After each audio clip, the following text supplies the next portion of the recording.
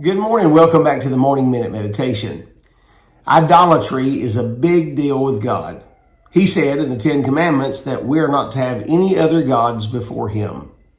A god is not simply something that has been carved from a stump or made out of metal and set in a prominent place to be bowed down to by the minions. But the truth is, an idolatrous act of worship has to do with our heart placing something or someone above God in our life.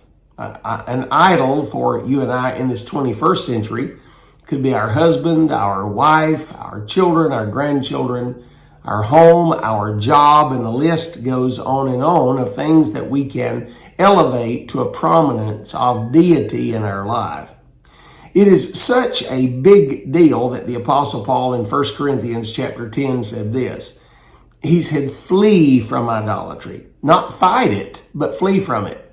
In other words, it has such a gripping effect that it, along with a couple of other sins, we're told to flee from. And one is youthful lust.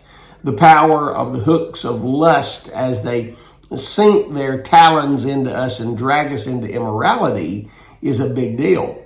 And so is idolatry. Idolatry can sneak up on you in a hurry, and before you know it, you have pledged your loyalty and allegiance to something or someone above that of Jehovah God and our Lord Jesus Christ. Donald Gray Barnhouse was counseling a woman on the sidewalk in New York. And as he was counseling her, she was wanting to make it big in theater. She said, I know I'm a Christian, Dr. Barnhouse, but I want to make it big in entertainment, and I want to be famous. And once I have gained fame, I will then turn back to the God of my youth, and I will give Him all that I have. Standing beside of metal mailboxes that were on the street, which was common in that day, Barnhouse took a key from his pocket and scratched the surface of the metal box. He said, young lady, you see that scratch right there?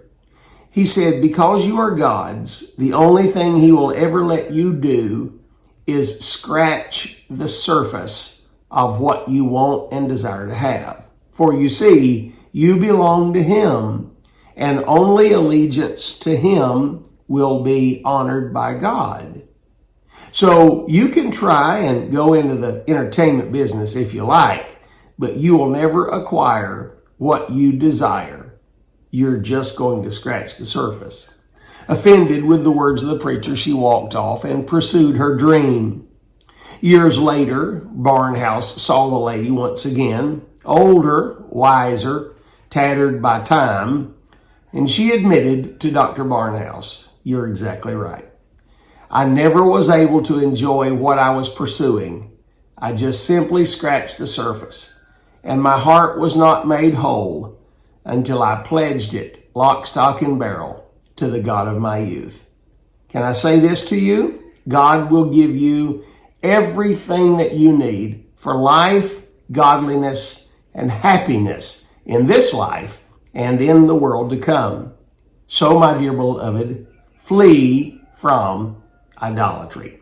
Consider what I say today. Have yourself a great cup of coffee and a grand day.